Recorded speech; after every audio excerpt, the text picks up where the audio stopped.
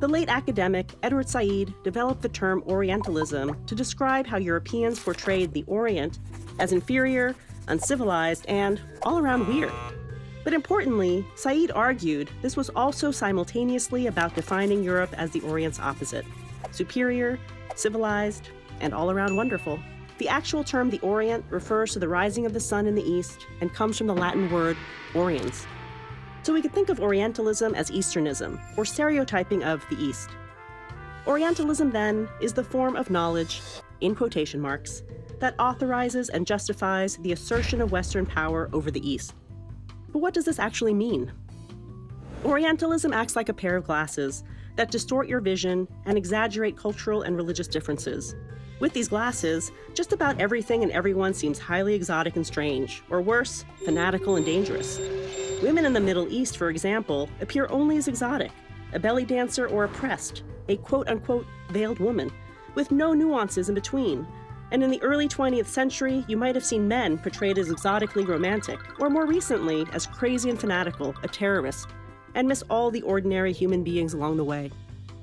Many Arabs, Muslims, and Asians embrace this controversial term to describe the unique kind of racism they experience.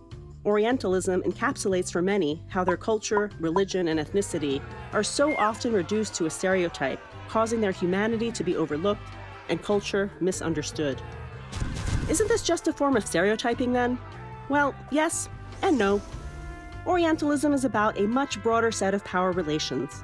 When the US government views the Middle East through Orientalist glasses, it creates policies with far-reaching consequences, from outright war waged on other countries to imposing a travel ban on whole groups of people.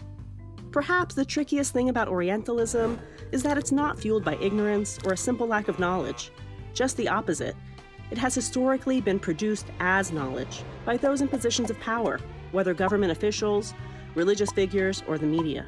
For example, when President Trump stated, "I think Islam hates us. We can't allow people coming into this country who have this hatred for the United States," he effectively characterized the 1.6 billion Muslims worldwide as anti-American.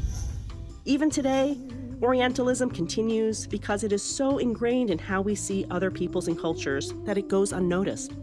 Even the term, the Middle East, is considered to be Orientalist because it standardizes a Western viewpoint by referring to West Asia and North Africa as the middle of the East. Much of what counts as knowledge about the Middle East and parts of Asia is still produced through those distorting and reductive glasses. And just like in the 18th and 19th centuries, Orientalism remains powerful because it shapes not just how people in the West view the East, but also how they view themselves.